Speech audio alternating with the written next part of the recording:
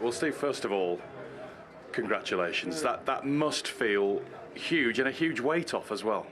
Yeah, all of them, and a million other things as well. But yeah, just really proud of the club, supporters, players.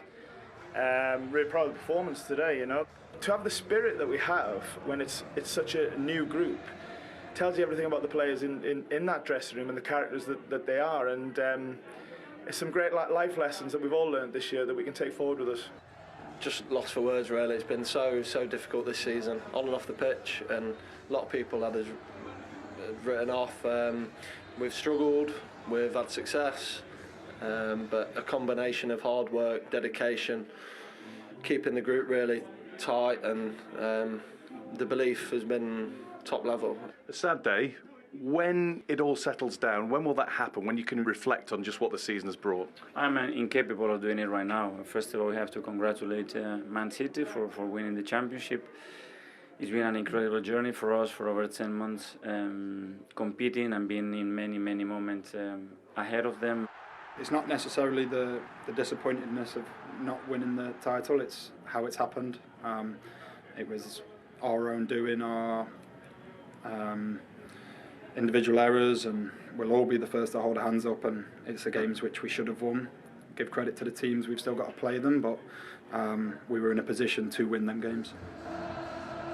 In an era maybe where it's easy to give up on people, our supporters have done the complete opposite, and I think they're really proud of that, and they should be. Yes, they certainly should. But first of all, we should congratulate Manchester City, a 5th title in 6 seasons and 3 in a row. We'll come on to that achievement very shortly. But first, we'll focus, Jermaine, on Nottingham Forrest and their survival. And it's quite the effort, wasn't it? Especially for Steve Cooper. He was given lots of new players. It was difficult at the start of the season. And in many ways, I suppose, this game really encapsulated their season. Yeah, it did. And I think, as you mentioned, a huge credit has to go to Steve Cooper. I think to get that group of players together and actually get them organised, which I suppose is about what today was about, really. You know, having them organised, having them drilled and ready to perform in such a big game. This is almost a system that got them up, playing 5 at the back and being more of a counter-attacking side. You saw the 5 at the back there, the 3 in midfield top and the 2 up top. Arsenal are very creative and inventive, and they want to pop up in these little pockets. Ødegaard and Saka want to get on the ball. And what was really good about Forest today is when they did break those lines, Arsenal, they still had like composure and that organisation, so that when crosses came into the box, they was in the positions they needed to be in to clear it. But then it was fight for this ball, so we can have some form of a counter-attack or relieve some pressure from the defence. From a different side of things, when they were slightly deeper, what was really impressive was the lines between the midfield and the defence were really tight. So that gap there that Ødegaard's trying to get into or Saka's trying to get into, when that ball comes in, they're on them straight away. Win that ball back again, a little bit of creativity, and then they're released. And you know what? This was a team as well that, you know, he finally settled on and didn't change too much. And when you've got players like Morgan Gibbs-White in your team... I like him a lot. In my opinion, really player of the year for Forest. I think Brennan Johnson runs him really close. But he's a really special talent, is this lad. And, you know, does things like the composure, the timing of the pass, the weight of the pass, bit of a fluky finish, but we'll take it. He's the difference. So you can afford to play like that because he has that ability to kind of relieve pressure with moments like this where, OK, maybe should have done a little bit around the end of it. But watch his reaction. He loses the ball. Well, he has the shot on target, goes and wins it. Brilliant. That stadium loves him. And they love him because of things like that. Yeah, 18% possession they had in that game. Well, that's extraordinary. You know what? I think sometimes you just got to, you know, have a way of playing. And if as players you can get behind it and understand it, then it can work. And as it did today, it's brilliant.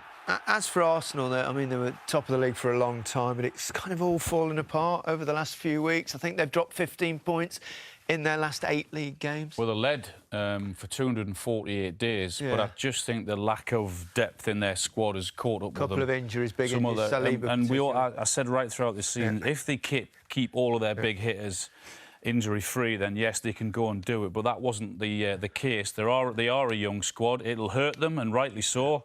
They've got to regroup, and I'm sure they'll add a few which they're going to need to go on again in the summer, and they'll come back and learn from the experience. And also they're up against a winning machine in Manchester City. It's another triumph for them. Pep Guardiola's now won 11 of the titles that he's competed for in 14 seasons at 3 different clubs.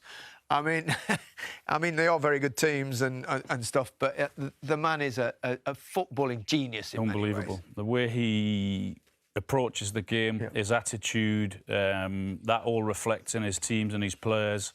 And they go out and more often than not, they do exactly what he wants. And they've just been absolutely relentless after the World Cup. Yeah, they didn't win it on the field, but they certainly enjoyed the celebrations. Manchester City have let out a little film of them waiting for the last minute of the play at the City ground, and well, I guess you know what's going on. You know what's been really impressive, though, Gary, as well? I think, you know, over the years we've seen managers reinvent teams by bringing in new players, and, you know, granted, Manchester City have done that along the way also by reinvigorating the side.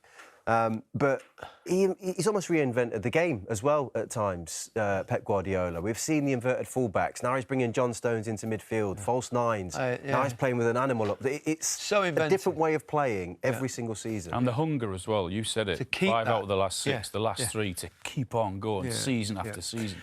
It has to be noted, of course, that the Premier League are charging Manchester City with 115 breaches of its financial rules. Is that a shadow that will hang over them until this is Well, worked despite that hanging over them, that doesn't stop the players from going out. No, it's nothing to do with these players. Absolutely, it doesn't stop them going out and doing their job. But that is there. But they still have to go out and they still have to perform, and that's exactly what they've done. OK.